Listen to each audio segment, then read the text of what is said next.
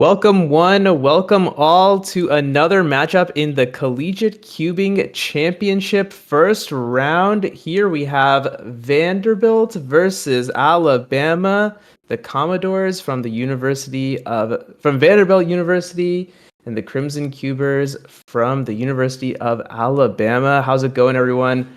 Manu Singhal here on the mic. Very glad to be here, commentate this matchup. 9th seed versus the 24th seed. It's going to be an exciting one. The winner of this one going to be facing the winner of Penn State and UCF. We got a canon matchup here. SEC matchup in football earlier this year. Vanderbilt gave Alabama a run for its money, but they were able to hold on tight. Maybe that can inspire the Crimson Cubers a little bit. Meanwhile, Vandy, their basketball team, just pulling off an upset against the 9th-ranked Wildcats from Kentucky. So perhaps that will inspire them as we get started in this match. They're a pretty heavy favorite here, Vanderbilt is. Marcus Kamen, John Shittemantle to start things off here. We got these two competitors. Here you go. Here's the tail of the tape, as it were. Marcus definitely holding a clear advantage at the moment. But let's see, maybe John will be able to bring some magic to the table here. An upset would certainly be very exciting. Remember, folks, this is going to be a best of 7 matchup, and then they're going to play 3 sets, 1 set for each of the competitors. Looks like both competitors are pretty much ready to go. Cubes did look scrambled there. We're going to unveil the... Okay, here we go. Yeah, John's going to get us started now. And yeah, it's going to be pretty exciting. As you saw there, 15-second official average. Starting off with solve number 1. White Cross looking to do quite a few rotations here. Now into F2L, going into that last pair. Finishing up OLL here. And some quick looks for an E-perm. 1486. That looks a little tight, but ends up, I think it's going to be an okay solve here. No +2. Oh, no, actually, it will be a +2. So 16-second solve to start things off. That's going to give Marcus quite a bit of room to work with here. He's looking around quite a bit. He's already got an orientation picked here. Yeah, red on bottom. That's going to be a different cross solution. It's going to unlock a lot of different possibilities. Already onto PLL. Here we go. That's certainly beaten a 16-second solve. Pops off the timer. 8-1-1. That'll be a very, very decisive solve 1 for Marcus. Marcus Kamen, everyone, one of Cubing's most accomplished cubers, especially when it comes to the event Pyraminx. You can see the Pyraminx is the puzzle that they actually have in that Vandy logo there. He's top 50 in the world, and he's podiumed in every single competition that has had Pyraminx since Worlds 2023. Now, that's a pretty long, so that's like over a year's stretch. Very impressive. He placed 4th of that competition as well. He's got blue cross on the bottom now. Just looks like he's only going to need to make 2 rotations here in F2L. Very efficient, fast OLL into PLL. And what do we end up with? 680. Very solid time coming out from Marcus. Ooh, that's going to be really tough for John to end up beating. Now, even if John ends up losing this match, he can take something. He does have something to be very prideful of. This entire stream, this whole setup was done by the University of Alabama. Very, very cool, very unique in cubing. That we're able to bring stuff like this to you and showcase off so many fantastic cubers from across the country. Meanwhile, J-Perm 1448, no +2 this time. So clean solve there. Unfortunately, Marcus is still going to end up taking that one. And he's got a 2-0 lead on the match. We're doing some alternating solving here. So, you saw that John did solve 1 first, and then Marcus did solve 2. So now John is going to end up doing solve 3.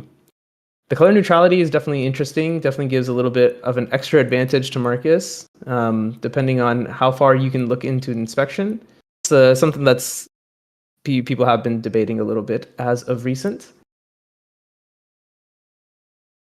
But here we go. There's one more edge in F2L. That's all solved up now, and we are good into PLL. 1371. That's his best solve so far, so not bad from John.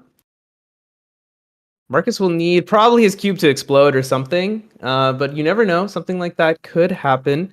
He is solving on the WRM version 10. That's actually the cube that I prefer too. Very, very solid cube, much liked by many a cuber around the world. Looks like he's going to end up with probably red cross. That's what he's got on the bottom right now. Yeah, red cross it is. This F2L definitely not as smooth as previous ones. He's got an easy 8-move OLL into PLL now. Let's see what time he ended up with. 9:48, so a little bit behind his usual pace, but definitely going to be comfortable to take it over John on this solve 3. And one more solve to decide the set. And Vandy's going to go up 1-0 overall.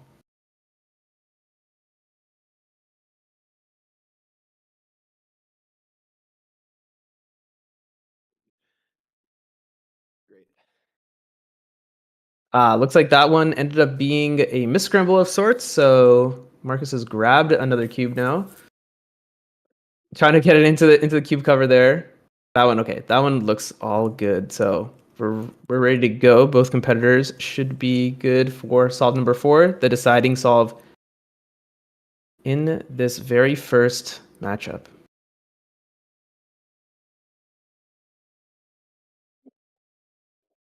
Going for a more traditional cross color this time, it's going to be white. Just a little bit of pausing as he went into the last pair of F2L, finished up here. Nothing too crazy. 7:54 for Marcus. And yeah, very, very competitive, solid time. You can see John's kind of reacting to that now. It's fine. We're all smiles. We're all smiles. We're here to have fun, primarily, right? He's also got white cross. Maybe you can find at least a similar solution. Even if he can find the same solution, then maybe you can go from there.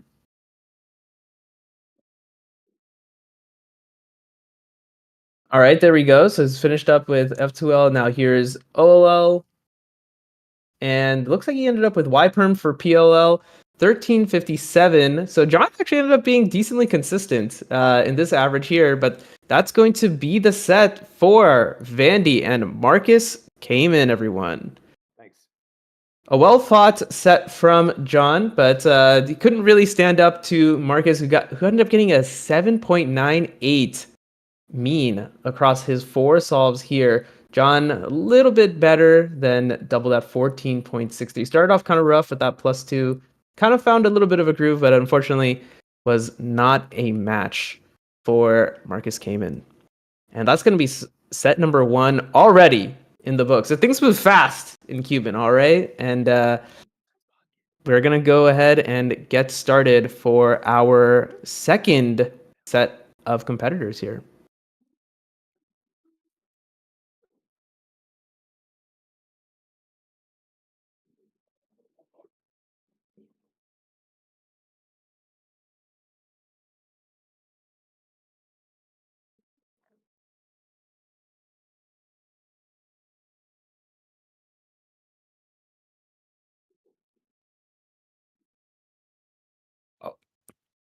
Okay, here we are. Thomas and Isaac are going to be representing their relative schools here. Looks like we're good to go. Thomas already got his cube scrambled. Isaac also got his cube scrambled. Let's bring up the little bit of the match preview. Now, this one also is looking a little bit stacked. Look, Vandy is just a good team. All right, they're a really, really good looking team. They're actually, the 9th seed might be a little bit underrated for them. Looks like when the seeds were actually made, they've improved quite a bit since then. All of the competitors from Vanderbilt now officially have sub-8 averages. That's pretty impressive. Thomas himself, 7.77 official average.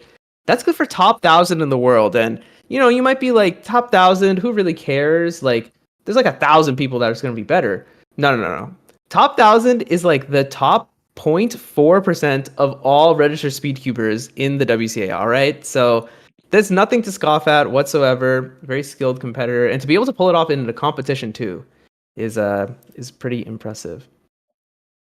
Now Isaac, his last official average was from 2023. He got a 1230 in 2022, so hasn't competed in a while. So it's possible that he's also significantly improved. So it just remains to be seen. We're gonna have a good one coming up here. Thomas is gonna get us started. He's got white cross on bottom. Taking a little bit of a pause to look for F2L2, but solidly onto F2L4 and now OLL. G-Perm, you can see a lot of those RUD moves, and let's see what time he ended up getting to start off this set number 2. Popping it off, the stack mat off. 998 is what I see on my screen here.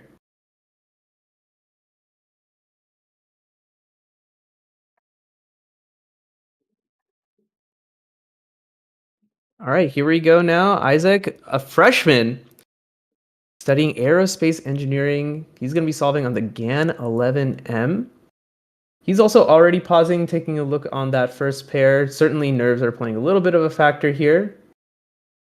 Oh, excuse me. He's actually solving on yellow cross. There we go. Here's now into OLL. And looks like he ended up needing to do like two A perms, unfortunately. 1792 is going to be the final time. And solve 1 is going to go to Thomas pretty handily.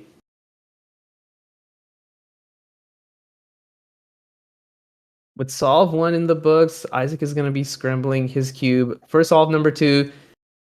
Love to see the camaraderie. Love to see the support from the rest of the Cube Club.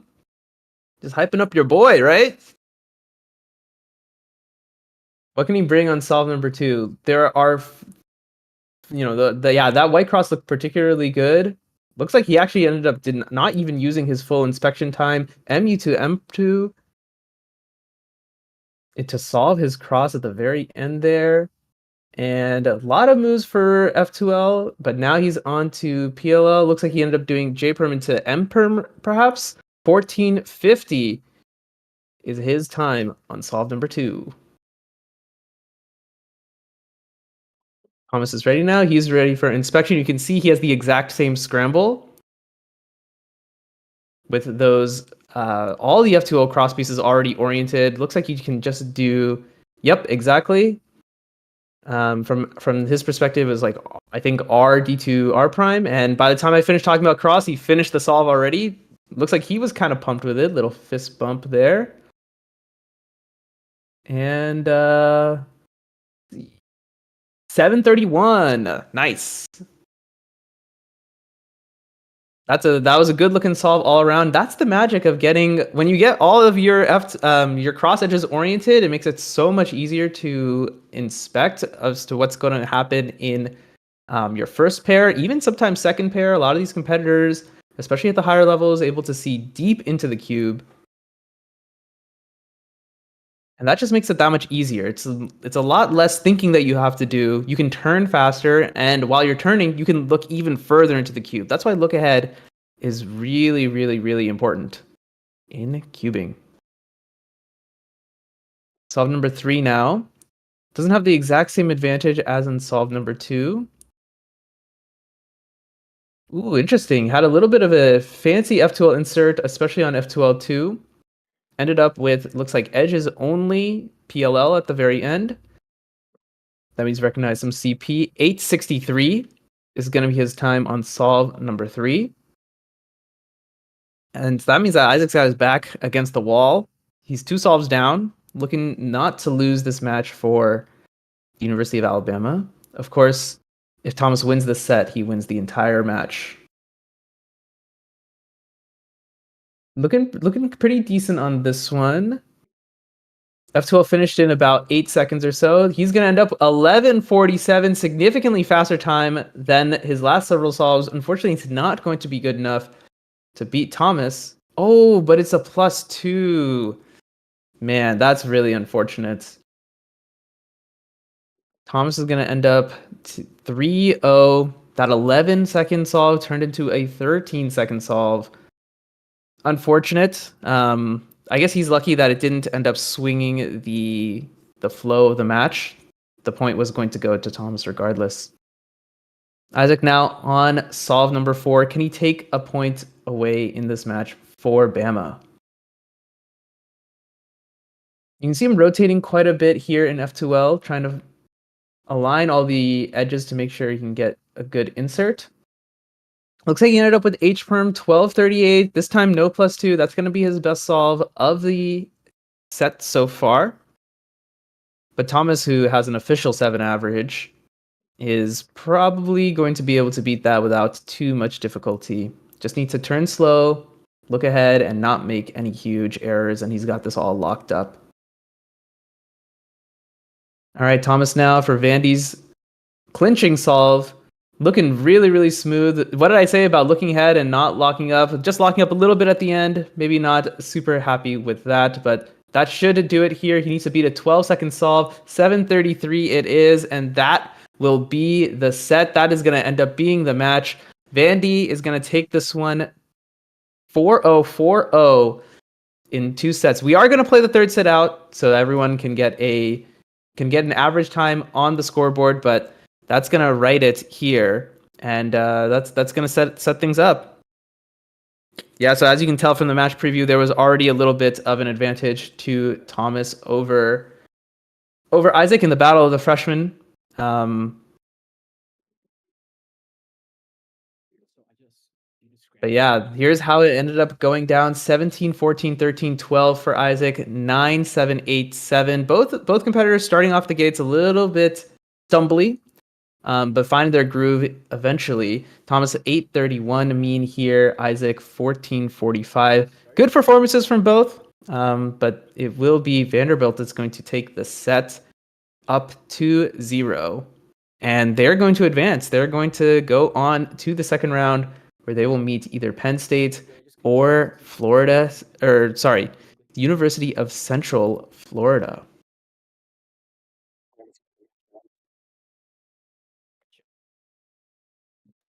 All right, in the third matchup we have Jonathan Tillahun and Martin Albright. Both competitors jazzed up. They're ready to go. They're here for the third set. This is a little bit of a dead rubber, if you will. It doesn't really matter. Vandy's already locked it up. But hey, if Alabama can get one set on, that's gonna feel good. It's gonna feel good that they managed to grab one from the 9th ranked team, the 9th ranked Commodores. Martin already has his cube scrambled, ready to go.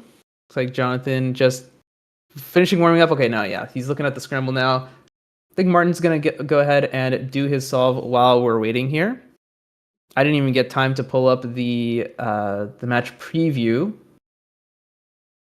But Martin is a sophomore studying philosophy and math. He's going to be solving on the WRM version 9, averaging 12.23 seconds. This one's going to be behind his pace, unfortunately. He's going to end up with a 1640 and another +2 for the Crimson Cuber. That's going to be an 18-second solve. They can't seem to avoid the +2s today. Very unfortunate. A little bit on the AUF, unfortunately. All right, Jonathan has his cube solved, ready to go. And yeah, okay, looks like he's going to go ahead and do his solve now. He only needs to beat an 18, so it's not going to be too difficult. He has an 8 flat official average from actually just last week when Vanderbilt hosted their own WCA competition, just the second competition held at their university. Very cool indeed. Here we go. Relatively fluid solve all in all. I'm having a little difficulty unclipping the stack mat. It's a little bit different from the Gen 4 stack mat where you might be used to.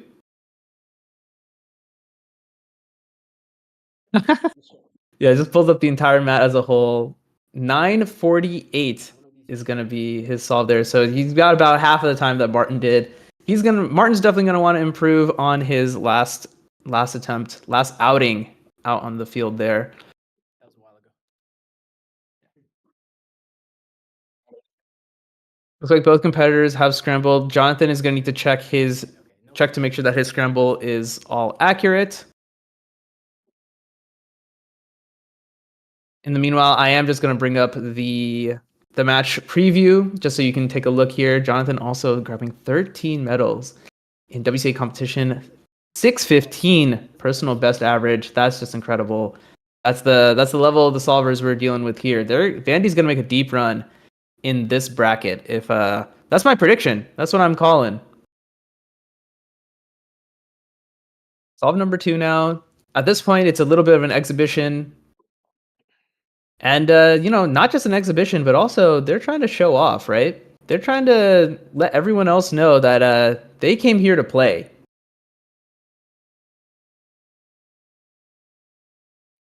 Looking around a little bit, he's ended up deciding to go for... Actually, I can't really tell. Oh, red cross. All right, so another color neutral solver here.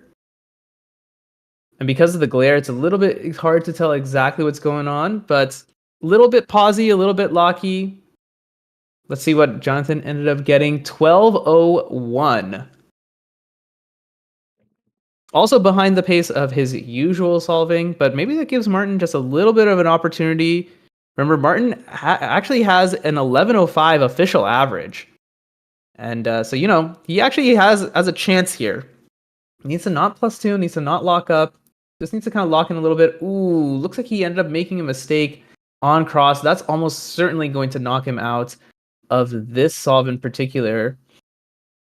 Here we go. It's 12 seconds have passed, and he just got onto PLL 1437. So unfortunately, not able to capitalize on Jonathan's mistakes, and he'll escape this one 2-0 in this third set. Best of 7. So Martin's got Jonathan needs 2 more solves out of the 5 remaining. He'll be backing himself to win this matchup. Martin now looks like he's going to end up doing yellow bottom. Yep. Doing a little bit of a rotation, that X rotation to get things started. Wrapped up on F2L, now onto OLL. Taking a little bit of a pause, a bit crunchy there, unfortunately, and an A perm to wrap things up. 1553. He's kind of shaking his head, not particularly impressed with the solving of his. And you have to think that's probably going to be a point going towards Jonathan, actually.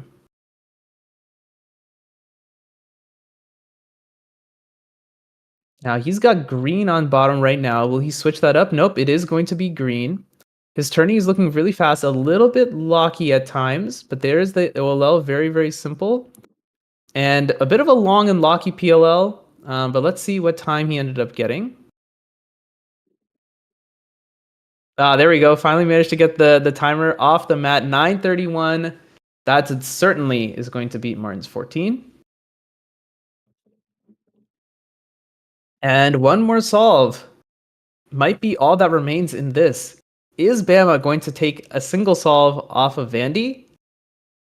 Or will Vandy just continue their domination in this matchup? They're already looking ahead to the matchup between whoever wins Penn State and UCF. Penn State, the 8th ranked team, UCF, the 25th ranked team in this bracket. All right, here we go. There was a line on yellow. Looks like he's put that on the bottom now. Yeah, yellow is definitely going to be the cross of choice as of this moment. The competitors have quite a bit of time to inspect, up to 15 seconds. Decided that yellow was indeed the best option. A little rotation heavy and a little bit locky. MU to M2 to fix his cross. Looks like he accidentally messed that up. But a pretty fast PLL, and that's going to be an 11:39.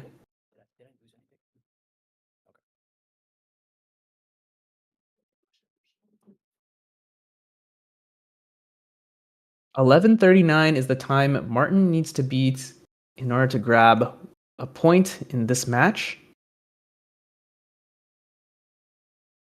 Can the Tide take one? Even if they can take one, I think that would be a huge win in this otherwise stacked matchup.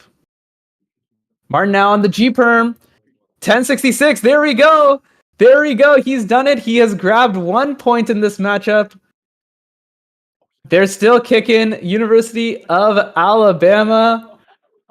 They're all smiles. Jonathan is surprised, but he's happy for him. Let's go. You can see how much it means to these guys. That's awesome. Great to see. Well done, Martin. Able to show it off. And this match just got one solve longer. 1066. That's the best solve from University of Alabama so far. Great work. Great work. Let's see. Maybe there's a little bit more magic Martin can put into the cube here. If he can get a couple more solves like that, he can definitely give himself a chance. Like this scramble is not quite as easy. A lot of unoriented pieces on white. Yeah, that's gonna make the cross a little bit difficult. Gonna need to rotate and pause a lot more to figure out what's going on. These darn unoriented pieces, man. If only every piece were always oriented. Looks like he ended up with another G perm. Not quite as smooth this time. 1565. And Jonathan has almost wrapped this match up.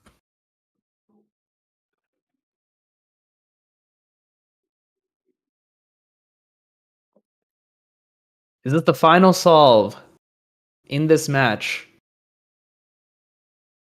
Martin's already scrambled his cube. It might not even get to that, my friend. And the yellow cross is the choice. Or sorry, white cross was the choice. F2L done. Quick OLL, PLL.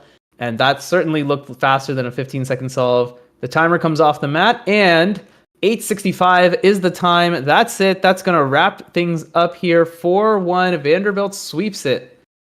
3-0. 4-0, 4-0, 4-1. Alabama managed to get one solve off, which is, you know what? Not too bad. Not too bad. Definitely could have been a lot worse than... definitely could have been much, much worse. But that's going to do it here. For the matchup, we can see the Vanderbilt Cubing Club. They're all smiles. They're happy to participate, and yeah, it's been a good matchup. Great to commentate. Here's the bracket and where things stand. So this is currently populated with all of the week 1 matches. So there's a couple more matches that happened. For example, if you guys watched that UT Austin matchup today, that was also populated here. But up near the top of the bracket, that's where we're sitting. Number 9 Vanderbilt, number 24 Alabama. Vanderbilt is going to move on, and they have a pretty tough bracket overall. They're going to have to go up against the number 1 overall seed, UW-Madison, who are coming in with a sub 8 mean across their 3 cubers. Ohio State, UC Berkeley, UNC Chapel Hill, the other 3 teams to get the bye. In round 1, they're going to be active starting next week, perhaps the week after. Some of those matches are just going to be set up, but there's a lot more cubing to come, everyone.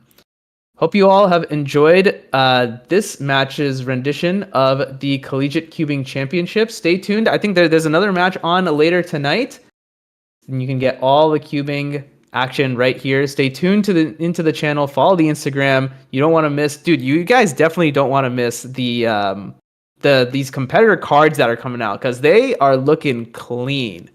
They're looking real good. Anyway, everyone, it's time to sign off now. You've heard me ramble on long enough. This has been Manu. Thanks for having me on. And yeah, hope you all have a fantastic night.